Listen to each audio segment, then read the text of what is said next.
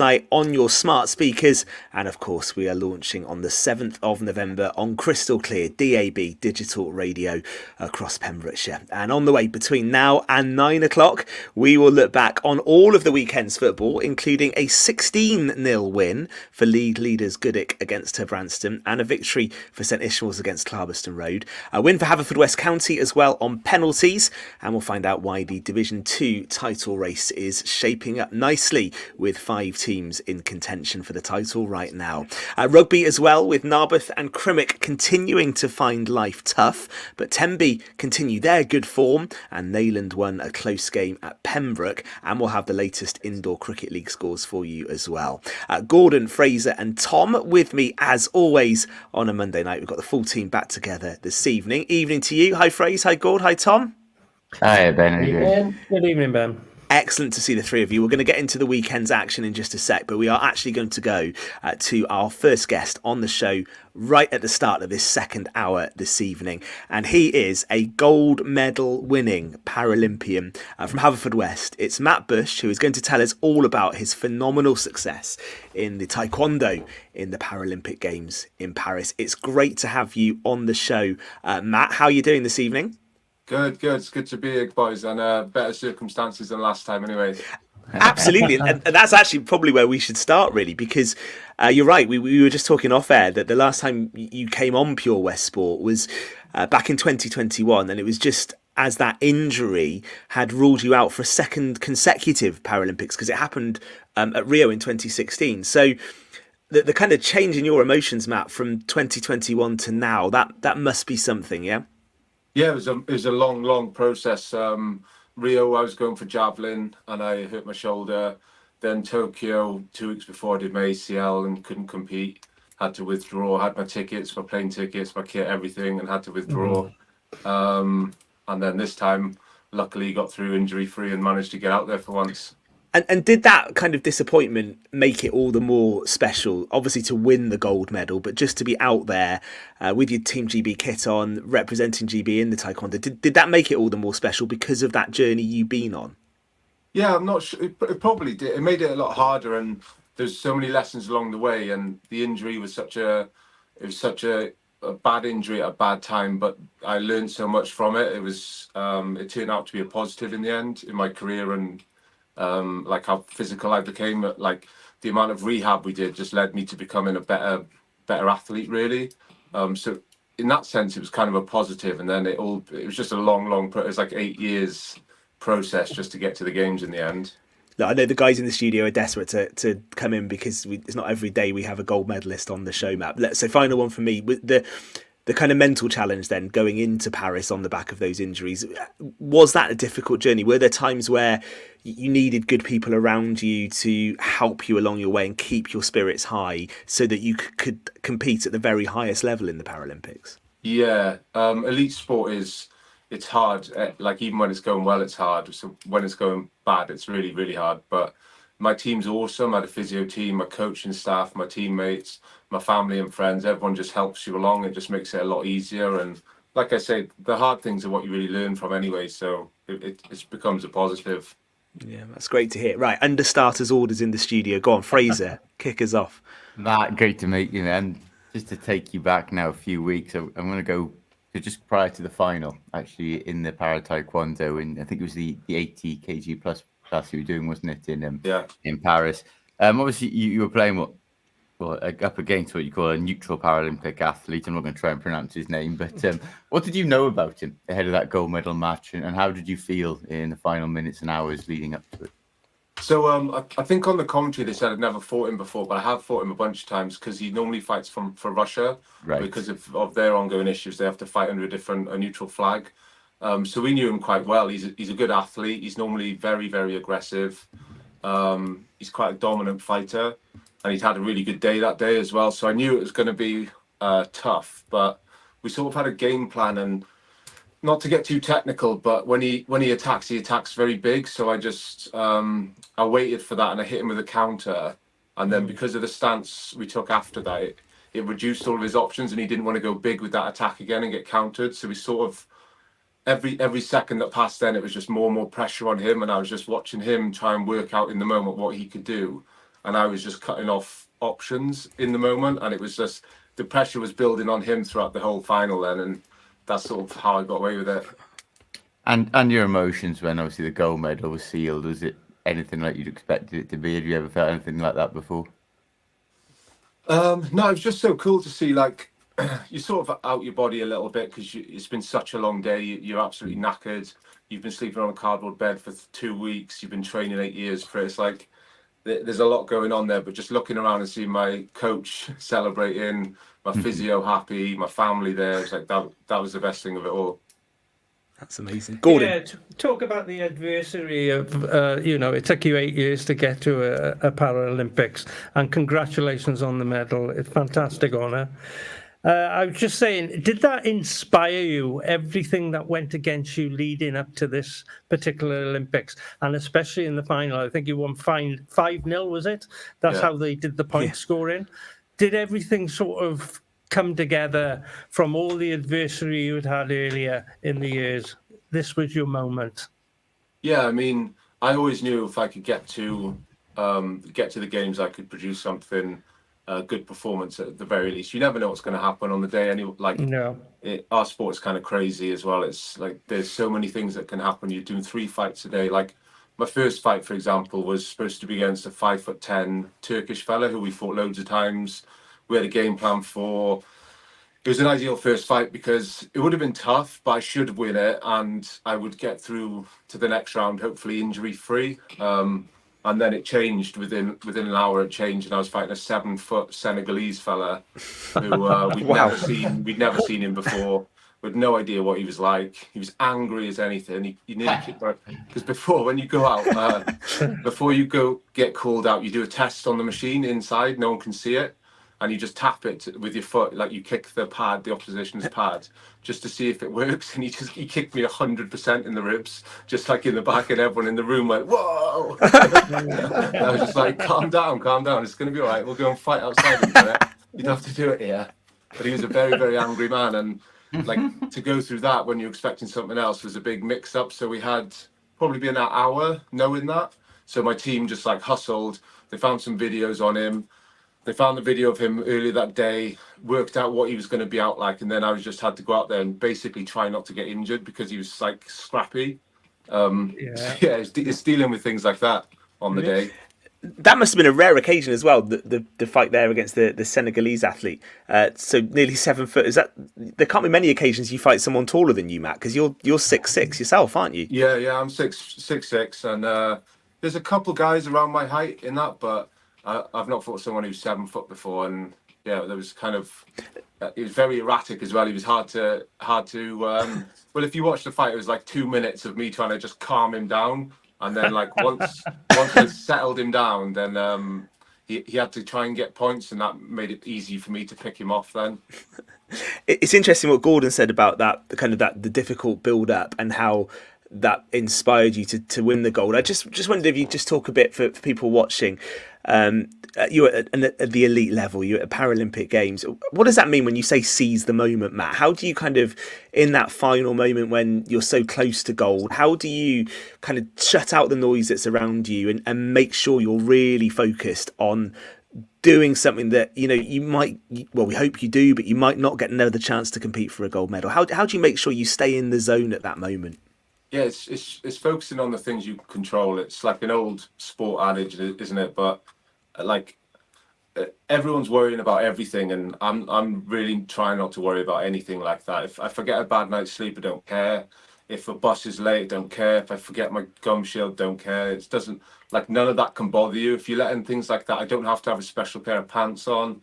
I don't have to have my coach say something. Yeah. Like because quite often in tournaments, he's coaching someone else at the same time. So I have to go on with a different coach or no coach, or an athlete just comes to the chair with me. It's like, I think it's just being used to things going wrong.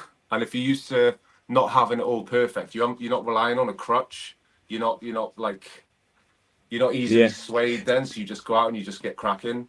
But it's interesting that, because you're saying obviously control what you can control, but I imagine your team, and you've almost said it there when they were looking for information on a fighter that you weren't expecting to fight, they must be, you're doing the details as well though, aren't you? So you're controlling what you can control, but the details of your prep will be there. So you know when you start to fight what you can expect because you've been briefed by your team doing that work. Yeah, that's it. And those are the controllables before, see. So we know who we're fighting. We know how they like to score points. We know how they concede points. We know, like, some of them may be a bit soft. Some of them might like a rock. Some of them might hate getting kicked hard. So, like, those are the things we can control and we can put into our game plan. But you can't control who turns up against you on the day. You can't turn up, like, you can't control the ref. You can't control what scores, what doesn't score. So I forget about all those things. And then, like, when we're walking around in the back, there's warm-up areas and stuff, and all the fighters see each other. We walk out next to each other. We sat next to each other. So I was seeing other fighters in my weight category the pressure was getting to them on the day, and I could see little cracks forming in people, and that was just making it easier for me because I was like, you guys aren't really holding up too well here. So it started to feel a lot like my day then. I love that. I mean, I'm intrigued going back to 2016, what you said there about missing out on the javelin in Paris. What then prompted you to switch sports and go into Para Tae Kwon Do instead? Well, I've always liked fighting. I've always been doing a lot of fighting, a lot of mixed martial arts with Stuart Tyree down in Princess Academy, West Wales. I've been doing loads of stuff like that. I've always liked boxing, kickboxing, and my javelin coach actually said, look, if you have the shoulder surgery you should have, you're going to be in a sling for 6 months. You're going to struggle to, wipe your own backside. You're going to be like this for 6 months. I haven't got too many options. And like making tea is going to be hard. So he's like, why don't you just go, we'll rehab your shoulder, go and try Taekwondo for a bit and see how it goes. And sort of within a few weeks, I went to Taekwondo an open day in GB. A couple of weeks later, I was in Korea fighting the world number one. Just like, it was so fast that it just sort of went down that track then. On that point, Matt, you've injury from the javelin, you had the injury at the previous games, and then the unexpected happened in the Olympic Games with Jay Jones going out. Was there any of that apprehension in the Paralympics of the team going into the arena and trying to manage the pressure on you and the pressure of the crowd and being there? What was it with injury and the shock of the Olympic Games beforehand? Was that weighing on your mind at all? Yeah, no, I wasn't. Like, injury wise, we get injured I get injured all the time. We're in a combat sport where, like, I'm slamming my feet into people constantly. Like, you're hitting elbows, you're hitting shins, you're hitting all sorts of stuff. So it's like injuries are going to happen. You just hope they don't happen at those times, those important times. And a few times they have for me, but this time it didn't. But the pressure thing that's kind of why I got into it. I wanted to see how I'd hold up under pressure. And you want to, the more you do, the more you learn about yourself, and the more you get out of it, that if you put yourself in those uncomfortable situations. And a lot of people, like, you want to feel the pressure, but it's what you can get out of that, it's what you can learn from it. Yeah. Having had that weight. Go on. Matt, moving forward, obviously you've done well in the Olympics, the Paralympics.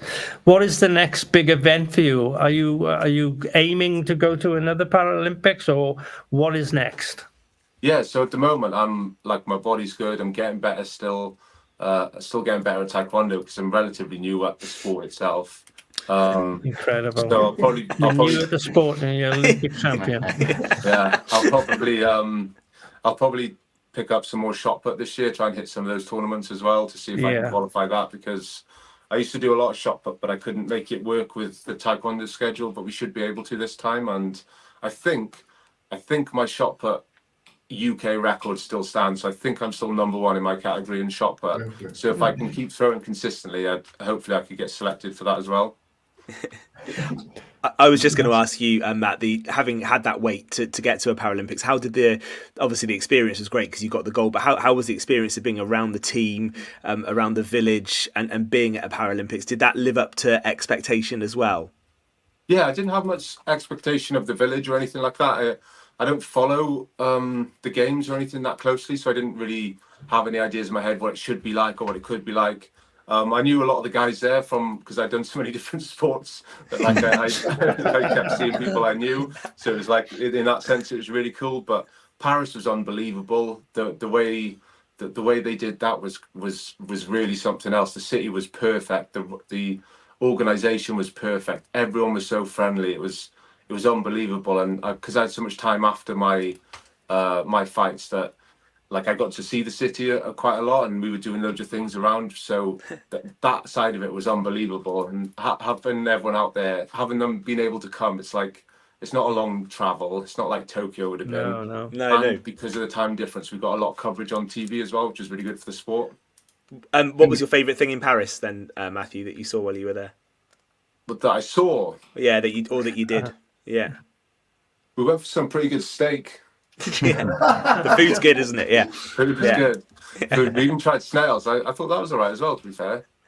Then, of course, Matt, one thing we haven't mentioned, you were selected as flag bearer for Team GB as well, weren't you? Yeah, it was. That was a surprise to me. The way they announced it was kind of sneaky. They were telling me I was going to do an interview with Lottery, which we do quite often, but I was like, oh, why do they want to interview now? And then they said, oh, just walk around the corner. And then they were like taking stuff. I had lanyards and stuff for like passes. They were like taking it off me. And then I looked down and I saw JJ with the camera, and then I saw Penny with the chef de mission. I was thinking, I'm getting set up here. I'm either getting kicked off the team or like something's happening here. And then they announced it to me. They said, oh, look, would you like to be flag bearer? I was like, yeah. I didn't really know what that meant, but I didn't realise it meant standing underneath the stadium for 8 hours and then walking out in front of 80,000 people. But yeah, it was awesome. It was an honour. Oh, that's amazing. Oh, great. And you've spoken as well, haven't you, quite a bit about the support you get away from the sport. And I think you've also said having an interest away from the sport and kind of keeping yourself grounded and working with your family and the support they get. That's really important to you, isn't it? Yeah, definitely. You've got to have things outside the sport. You see people get the blinkers on, like it's be all and end all. And then like talking about that pressure thing, you don't have any outside context for it. So it's blown up in your mind like to be too much. Whereas I go to a tournament and I know that my life's going to carry on, whether I get knocked out first round or I win the whole thing. I know my life's going to carry on. I've still got good people around me. I've still got loads of support, and I've still got like value in myself. But I think a lot of people, when they get stuck in it a little bit and then it blows it up too much and then it becomes overwhelming. Mm-hmm. Yeah. Do you realise, Matt, how inspirational you probably are to like youngsters and people all over Pembrokeshire watching? You must realise that, because you've done something absolutely incredible and you're hitting the heights in different sports as well. You've won a gold in the Paralympics. Does that sit with you at all? You must be so proud of that fact. I don't think it. I don't see it like that. Occasionally I go into schools and stuff and it's really cool. All the kids are really interested in Tae Kwon Do and stuff and everyone has a good time, but I don't really see it like that. I'm seeing, since coming back I've realized how many people did watch it, because when you're out there, you're in a bubble. You don't like, you're getting loads of messages online and stuff, but it doesn't translate the same way. And once you come home, you start seeing people, you're bumping into people like in Manchester or London or whatever, and so many people have watched the games and the coverage was unbelievable. It was on Good Times. Amy, obviously my teammate, won her gold medal just before me, so it was like back-to-back goals, so that made it sort of a bit more of an event. And it was only since coming back and sort of wandering around that you realise the crossover of it, how well it actually did. Yeah, it's fantastic. Well, go on. I'm intrigued, Matt. You getting a gold medal, you were put on TV a lot of times, and it looked like that you thoroughly enjoyed it. You got any interest in a media career going forward? Yeah, maybe I need to do something because my body's going to fall apart pretty soon. So I need to work something else out.